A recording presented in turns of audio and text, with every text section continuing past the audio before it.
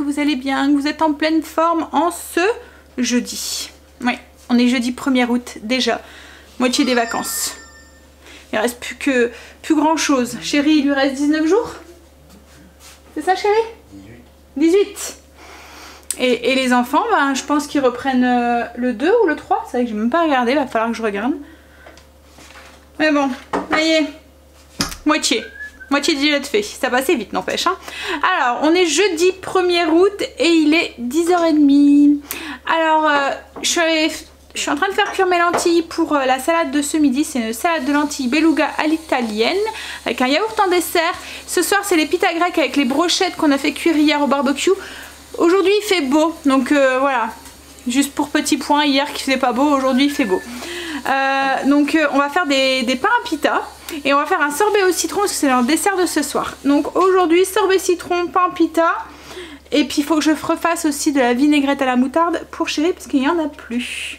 Je vais me faire ça tout de suite parce que, quoique, à moins que j'assaisonne, oui non je vais faire une petite vinaigrette avec les lentilles, avec des tomates séchées. Allez, on y va, je finis mes routines et puis on se met au repas. Ah, j'ai préparé la salade. Alors dans cette salade, qu'est-ce que j'ai mis? Donc déjà il y a les lentilles. Alors c'est des lentilles beluga. En fait les lentilles beluga, elles ressemblent, ça fait des petites perles noires. Quand elles cuisent, elles perdent un petit peu leur couleur noire. Elles ressemblent un peu aux lentilles lambda en fait. Le seul truc c'est qu'elles sont beaucoup plus petites et je trouve qu'elles font... Au niveau de la cuisson, déjà elles cuisent plus vite, 10 minutes au cookéo c'est cuit. Et puis elles sont un tout petit peu moins pâteuses, elles restent un peu fermes, donc c'est bien pour faire des salades, ça fait moins bouilli que des lentilles vertes en fait. Donc du coup, j'ai mis des lentilles, de la roquette, des tomates, alors là c'est des tomates vertes que j'ai mis. Et j'ai mis aussi, donc là il y a des tomates vertes, là. Et j'ai mis aussi des tomates séchées. Semi-confites, voilà, du jambon cru, donc c'est du jambon cru en dés comme ça que j'achète à Lidl en Belgique. Qu'est-ce que j'ai mis? Du basilic, une échalote et je pense que c'est tout. Je vais rajouter du parmesan en copeaux et on va faire une petite vinaigrette aussi pour assaisonner tout ça avec une petite vinaigrette avec des connotations italiennes, avec de l'ail et de la tomate séchée aussi dedans qu'on va mixer. Je vous montre ça. Pour les ingrédients de la salade, je vous mets tout en barre d'infos avec les quantités, etc., etc. Donc là je vais rajouter mon parmesan et ensuite on fait la vinaigrette ensemble. Alors pour la vinaigrette, j'ai mis dans mon petit robot. Alors pour celles qui vous le cherchent, en fait ce petit robot là, le Magic Bullet, j'ai vu qu'il faisait à Electrodépôt en promo. Donc au cas où, si ça vous intéresse, voilà, je passe l'info. En fait on a reçu le prospectus hier et il était dessus. Je me souviens plus du prix, je crois que ça devait être 34 €, quelque chose comme ça. Mais après voilà, hein, je pense que ça vaut les autres, hein, je sais pas. Enfin moi, ça a été vraiment un concours de circonstances parce que c'est mes parents qui me l'ont offert et je savais même pas que ça existait cette marque en fait. Quand ils m'ont dit tu en veux, je dis oh oui pour faire mes smoothies. Et en fait compte, bah, c'est vrai qu'il est super, hein, il va super bien pour faire les vinaigrettes, mixer les herbes, faire mes herbes aromatiques, mes mélanges d'épices, pour faire mes sauces, pour faire les smoothies, râper le parmesan ou faire comment dire, de la poudre d'amande ou des choses comme ça, enfin mixer les noix et tout, il va vraiment super bien, hein, il est pratique et tout, mais bon je pense que j'en ai déjà vu des à peu près similaires à Lidl, je sais pas, au niveau de la puissance et tout, je me suis vraiment pas renseignée si c'était, voilà. Moi c'est vraiment, j'ai eu celui-là donc je suis contente de celui-là, mais si je l'aurais pas eu, peut-être que j'aurais pas acheté forcément celui-là. Voilà, je fais pas de pub quoi, je veux dire. Allez on y va. Donc du coup pour cette vinaigrette, alors j'ai mis mon ail, j'ai mis une petite gousse d'ail, vraiment pas beaucoup, elle était vraiment petite, elle faisait quoi 4 grammes. Voilà. Ensuite j'ai mis des tomates séchées, hop, dans l'huile. Donc là j'ai mis, que je dis pas de bêtises, 25 grammes. Je vais ajouter au niveau de l'huile, je vais prendre l'huile dedans, comme ça elle a un petit goût de tomate, un petit goût de macération de la tomate. Donc je vais mettre juste une cuillère à soupe. Hop. J'ai ajouté aussi du concentré de tomate aussi dedans. J'ai mis l'équivalent d'une belle cuillère à café. Pareil, hein, je vous mets tous les ingrédients en barre d'infos. J'ai à peu près mis 10 grammes. Alors pour diluer justement cette pâte de concentré de tomate que j'ai mis, je vais pas avoir une vinaigrette qui soit trop épaisse. Je vais ajouter une cuillère à soupe d'eau. Hop. Et je vais ajouter du vinaigre balsamique. Alors je mets pas de basilic dedans parce que j'en ai mis directement haché dans le plat, dans la salade. Je vais saler et poivrer et je vais mixer. Voilà, tout simple. Et pareil, j'ai mis des copeaux de parmesan, autrement on aurait pu aussi en rajouter dedans, mais je vais pas en mettre parce que voilà, j'en ai mis dans la salade. Allez, je rajoute du sel, du poivre et je mixe. J'ai mixé, j'obtiens une purée, voilà, un peu trop épaisse, donc je vais rajouter encore un petit peu d'eau. C'est la tomate et le concentré de tomate qui fait ça.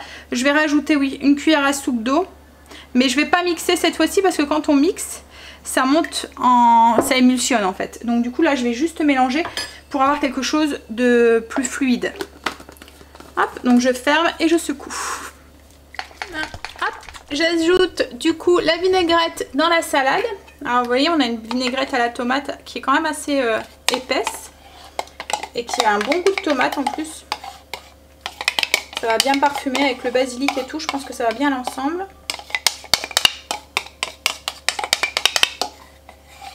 Hop là. Et il n'y a plus qu'à mélanger et on va pouvoir passer à table du coup. Bon, c'est moins joli une fois mélangé, mais c'est trop bon. Voilà, donc vous voyez, hein, les lentilles beluga se tiennent beaucoup mieux à la cuisson, hein. Quand on mélange, on a moins quelque chose qui fait purée. Voilà, par rapport aux autres lentilles. Allez, on va manger du coup. Il est déjà 4 heures. Je l'ai fait marder un petit peu avec chérie. On a regardé la télé, on a profité un petit peu de l'après-midi. On a trop rien fait en fait. Ça nous arrive aussi des fois. Alors, il est, comme je vous ai dit, presque 4 heures et là je vais faire le sorbet. Je vais me bouger un petit peu parce que malgré tout il va falloir faire à manger pour ce soir. Alors le sorbet au citron, c'est une des glaces qui est la plus simple à faire, je trouve. Il faut pas grand chose comme ingrédient. Enfin, quoi que celle à l'abricot elle était vraiment simple aussi, hein. Alors, il va nous falloir 3 citrons bio si c'est possible, autrement non traités après récolte, parce qu'il y a surtout sur un, parce qu'on va utiliser le zeste d'un citron. Ensuite, on va avoir besoin d'un sucrant, donc moi je vais utiliser du xylitol. On va avoir besoin d'eau et de 2 blancs d'œufs. Alors déjà, on va faire un sirop. Alors, un sirop de sucre en fait. Donc, j'ai mis 150 grammes de xylitol. Si vous mettez un autre sucre, vous pouvez monter jusqu'à 200. Mais après ça dépend comment vous aimez ça aussi, si vous aimez ça plus sucré ou moins sucré, voilà, faut faire des tests quoi en fait. Donc là je vais mettre 150 de xylitol et j'ai complété pour avoir 500 ml de, c'est ma machine à laver, hein, que vous entendez, elle est sur essorage donc elle fait du bruit. Donc et ensuite oui, vous complétez pour avoir 500 ml de sirop. Donc là j'ai mis 150 grammes de xylitol et 350 grammes d'eau pour avoir du coup 500 ml de sirop. Donc là je vais le mettre sur le feu et je vais faire chauffer jusqu'à ce que le sucre fonde. Alors, pendant que le sucre fond dans l'eau, je vais zester un des citrons et presser les 3 en tout. Alors là j'ai mes zestes de mon citron, j'ajoute du coup mon sirop, donc le sucre a fondu. Hop.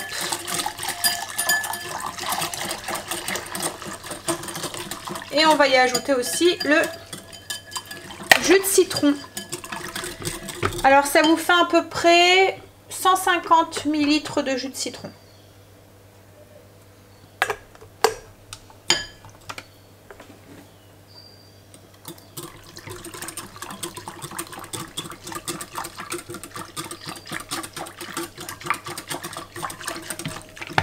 Si vous le souhaitez, vous pouvez rectifier au niveau du sucre. Donc si vous en mettez un peu moins au début, vous pouvez rajouter en fonction de l'acidité du citron. Vous goûtez et vous verrez si il manque du sucre ou pas. Là moi avec les 150 g de xylitol c'est largement suffisant. On a juste l'acidité un tout petit peu présente du citron et c'est juste assez sucré en fait, voilà. Pour nous, pour nos goûts à nous en fait. Alors là je vais laisser un tout petit peu refroidir le sirop parce que si je le mets là chaud dans mon bac, il va, enfin voilà, mon bac c'est un bac réfrigérant en fait qui accumule le froid en fait. Donc si je le mets chaud, il va déjà être à moitié dégelé et la glace ne va pas prendre. Donc du coup, je vais attendre un petit peu qu'il refroidisse et en attendant, bah, je vais préparer le tzatziki pour ce soir. Pour le tzatziki, on va avoir besoin de yaourt grec. Moi j'en ai pas, mais ce que j'ai fait comme hier, j'ai fait un mélange de yaourt maison et j'ai rajouté un peu de skyr maison dedans pour avoir quelque chose de plus onctueux qu'un yaourt. Vous voyez que c'est trop liquide quand on le mélange quoi en fait. Quand on rajoute du skyr dedans, le yaourt devient un petit peu crémeux, un peu comme si on avait un brassé. On va avoir besoin ensuite de concombre, d'ail, d'aneth ou de menthe comme vous voulez. Moi je vais mettre de l'aneth parce que chérie n'aime pas trop la menthe, et du sel, du poivre, voilà. Alors on peut rajouter aussi de l'huile d'olive, moi je vais pas en mettre, donc après si vous voulez vous pouvez en rajouter aussi, mais voilà. Donc yaourt grec, j'ai 200 g de yaourt grec, je vais voir avec le concombre combien je vais en rajouter, je vous dirai. Je vais mettre une belle gousse d'ail dedans, une cuillère à café d'aneth, du sel, du poivre et du jus de citron aussi, l'équivalent d'une cuillère à soupe. Voilà. Alors le concombre, je l'ai égrené, celui que j'avais acheté à la ferme, il avait des gros pépins à l'intérieur et souvent c'est ce qui rend l'intérieur en fait du concombre, c'est ce qui rend beaucoup d'eau. Donc du coup je l'ai égrené, j'ai enlevé l'intérieur et je l'ai râpé avec une râpe très très fine et on va le presser pour enlever l'excédent d'eau, pour éviter de rendre notre tzatziki trop liquide. Donc je vais le mettre dans une petite passoire et bien appuyer dessus pour bien le presser. Alors, là dans le yaourt, le temps que mon concombre s'égoutte, je vais ajouter de l'ail. Je vais encore utiliser la machine de torture. Voilà, donc je vais mettre à peu près 10 g d'ail. Bon après vous pouvez en mettre plus ou moins hein, en fonction de si vous aimez ça beaucoup ou pas. Alors moi j'aime pas le concombre, alors du coup je mets beaucoup d'ail, comme ça en fait ça contrebalance le goût du concombre et en fait compte le tzatziki c'est la seule façon où j'arrive à manger le concombre. Hop.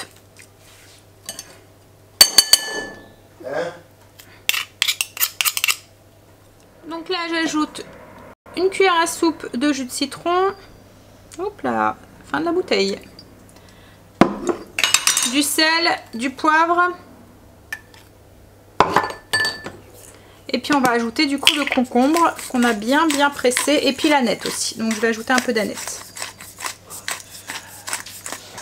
Donc là il me reste plus qu'à ajouter du coup mon concombre que j'ai bien pressé pour avoir un minimum d'eau dans mon tzatziki.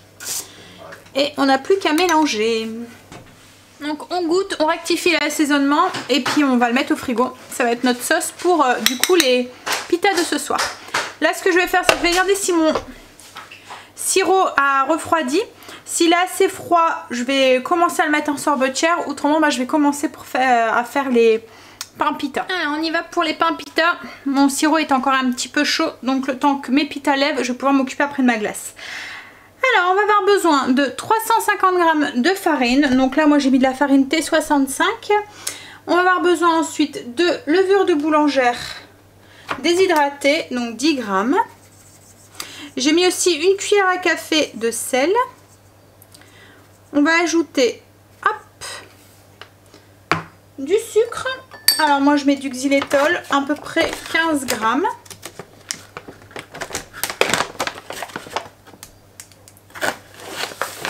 Alors après vous pouvez mettre un autre sucre hein, comme d'habitude. Vous mettez le sucre que vous voulez. Ça fait 2 cuillères à café.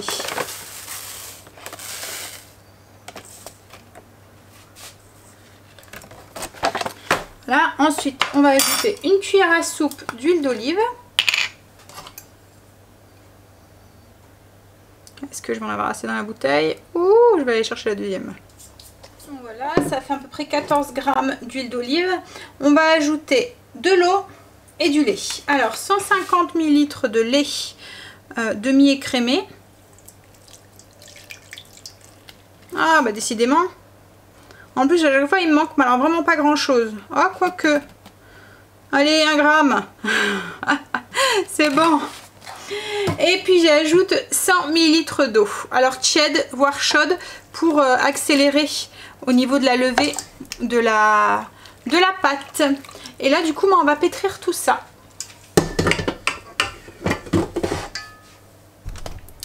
Alors on pétrit bien pendant une dizaine de minutes comme à chaque fois pour que le gluten se forme. Et c'est parti, vitesse 1. Pendant que ma pâte commence à bien pétrir, moi ce que je vais faire, j'ai arrêté là mon robot 2 minutes hein, pour que vous m'entendiez correctement. Je vais commencer à faire partir ma glace. Donc en fait j'ai versé tout le sirop, citron, zeste de citron dans le bol de ma yaourtière, donc le bol réfrigéré. Je vais la mettre en route et quand elle va commencer à prendre, je vais ajouter les 2 blancs en neige que j'aurais battus en neige, voilà, bien ferme, et on les ajoutera au fur et à mesure pendant qu'elle tourne en fait. C'est ce qui va faire qu'on va avoir une glace bien mousseuse, bien aérée. Et là du coup on y va, on est parti, les 2 en même temps. Attention le bruit, j'ai déjà un petit peu mal à la tête là, c'est c'est bingo. Et 1 et 2 et voilà, et j'endure ça. Il manque plus que la machine à laver. Alors là j'ai ma pâte qui a fini de pétrir pendant les 10 minutes. Je fais une petite boule, je la mets dans le fond. Hop. Alors on a une pâte qui colle pas aux mains, hein. Elle est vraiment, voilà, elle est souple mais elle colle pas. Hop, on la met dans le fond et on la laisse lever. Elle doit doubler de volume du coup. Oups. Petite Charlotte. Et on laisse la levure faire son travail. Ma pâte a doublé de volume. Ma glace, je l'ai mis au congélateur parce qu'elle a du mal à prendre. Alors il fait doux aujourd'hui. Et j'ai mon bloc que je l'avais pas mis assez tôt au frigo. En fait je devrais le laisser tout le temps au congélateur. C'est l'inconvénient de ces sorbetières, c'est que vous devez prévoir, soit vous devez tout le temps le mettre au congélateur ou soit vous devez le prévoir à l'avance. Voilà, il faudrait vraiment que je pense à acheter une turbine, mais ce qu'il y a c'est que c'est la place, ça prend énormément de place en fait, c'est un gros truc. Donc en fait une turbine, la différence entre une turbine et une sorbetière, c'est qu'une turbine elle produit le froid.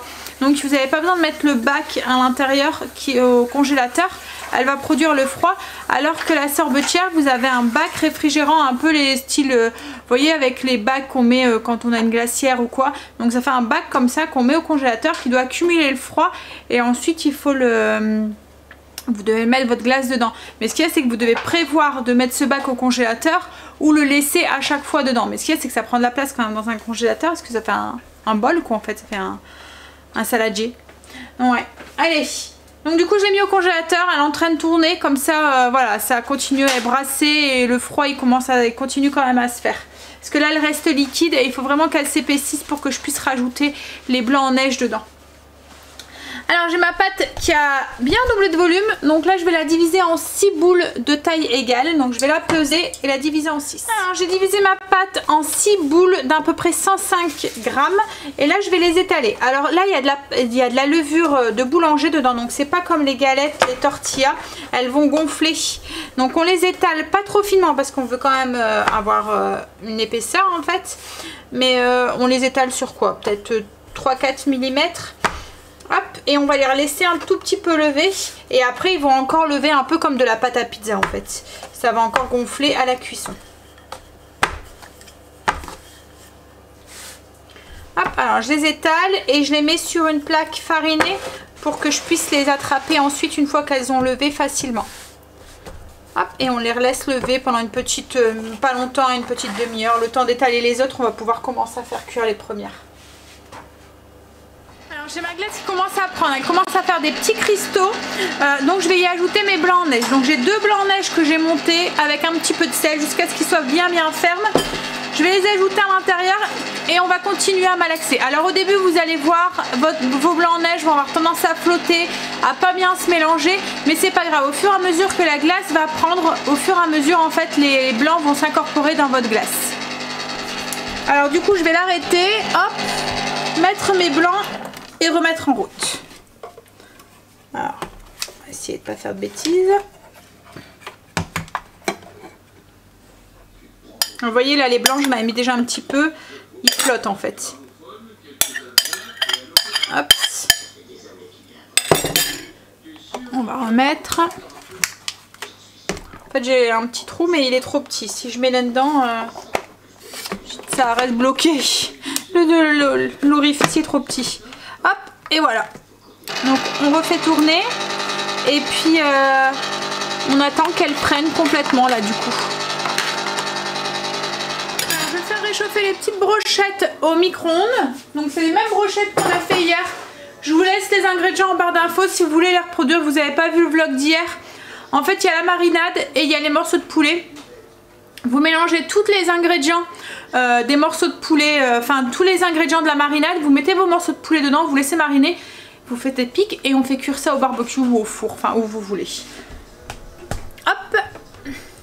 Alors là, j'ai ma poêle à sec. Donc comme les tortillas, on va faire cuire les pains d'un côté et d'un autre en les retournant. Alors on fait bien chauffer la poêle pour qu'elle soit bien chaude. On pose le pain et une fois au bout de 2-3 minutes, vous allez voir, ça va faire des petites bulles et tout. Pouf, on le retourne, on fait cuire de l'autre côté. Alors là, j'ai ma poêle qui est bien chaude, donc je vais prendre la première que j'avais fait. Hop. On va enlever le surplus de farine qu'il y a sur le dessus. Et hop, on la pose.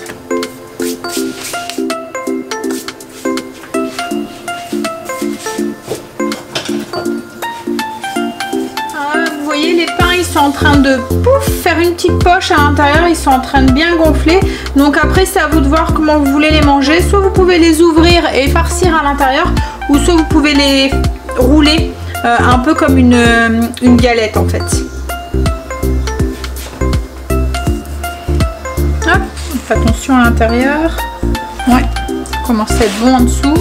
Donc là, une fois qu'elle commence à bien dorer en dessous, hop, on les retourne pour faire cuire de l'autre côté.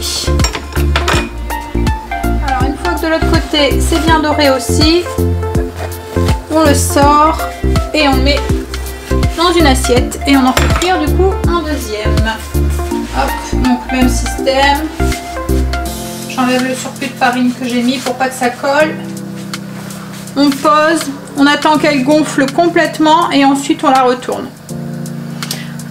Alors pour les garder bien moelleux, moi je les mets dans une assiette, un peu dans le même système qu'avec les tortillas, et pouf, je mets une cloche au-dessus, comme ça, ça garde l'humidité à l'intérieur. Alors je vous montre, vous allez voir un petit peu comment ça se passe. Donc ça commence à gonfler, à faire des petites bulles, et au fur et à mesure ça va vraiment gonfler de partout, se décoller de partout. En fait les bulles, elles grandissent pour en faire plus qu'une en fait, au fur et à mesure que ça chauffe.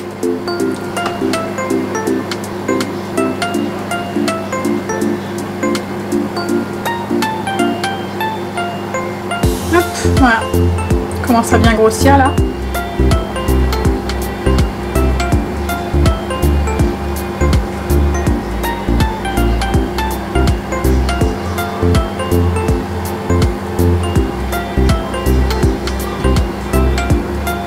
Donc on laisse bien gonfler et ensuite on retourne.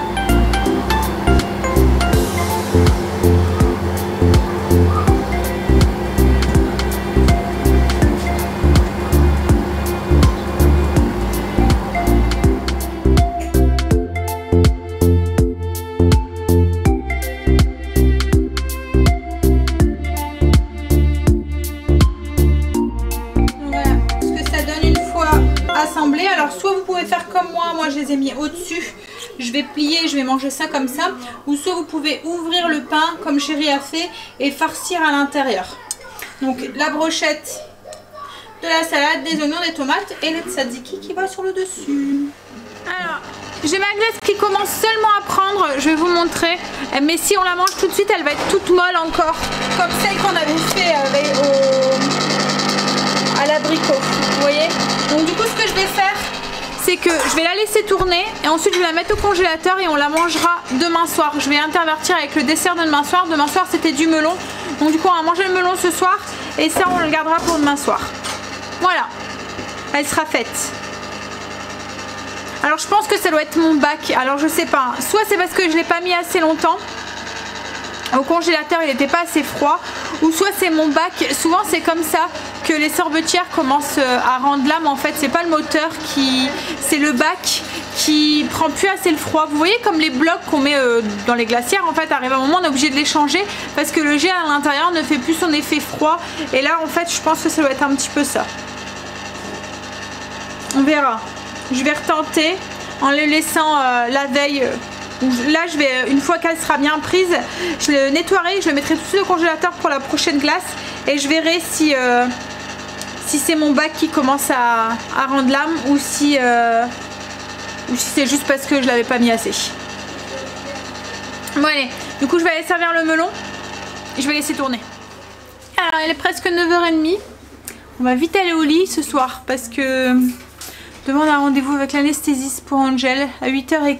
C'est à peu près... La clinique est à peu près à une demi-heure, 3/4 d'heure de la maison. Donc on va partir au moins à 7h30. Donc debout de bonheur demain, pour tout le monde. Alors j'ai l'impression qu'aujourd'hui j'avais un petit peu la tête ailleurs, je cherchais mes mots, ça a été une journée un petit peu plate, mais je pense que voilà, ça commence à me travailler un petit peu pour lundi, je commence à me poser des questions, voilà. Comme toutes les mamans, hein, même si dès que ça concerne nos enfants, on s'en fait un petit peu, alors qu'il n'y a pas de raison, hein, forcément. C'est juste une opération, voilà, comme il s'en passe plusieurs par jour, mais voilà, hein. C'est plus fort que nous, hein. Donc du coup, je vais vous faire un gros bisou, je vais vous dire à demain. Alors demain, non, je pense que je vous prendrai après le rendez-vous parce que ça va être trop la course. Donc voilà, je vous prendrai après l'anesthésiste et je vous dirai comment ça s'est passé. Mais bon, c'est un rendez-vous d'anesthésiste, hein, ça va durer... on va faire plus de route que de rester à l'intérieur parce que... Enfin, voilà, ça dure à chaque fois 10 minutes, il pose des questions, il regarde si tout va bien et puis basta quoi en fait, hein, donc voilà. Allez, donc je vous fais des gros bisous, je vous dis à demain pour une nouvelle journée avec nous et j'espère que cette journée sera un peu plus palpitante que celle-ci parce qu'aujourd'hui oui je me rends compte, hein, c'était voilà, que de la cuisine, il n'y a pas eu grand chose d'autre. Allez, je vous fais des gros bisous, à demain.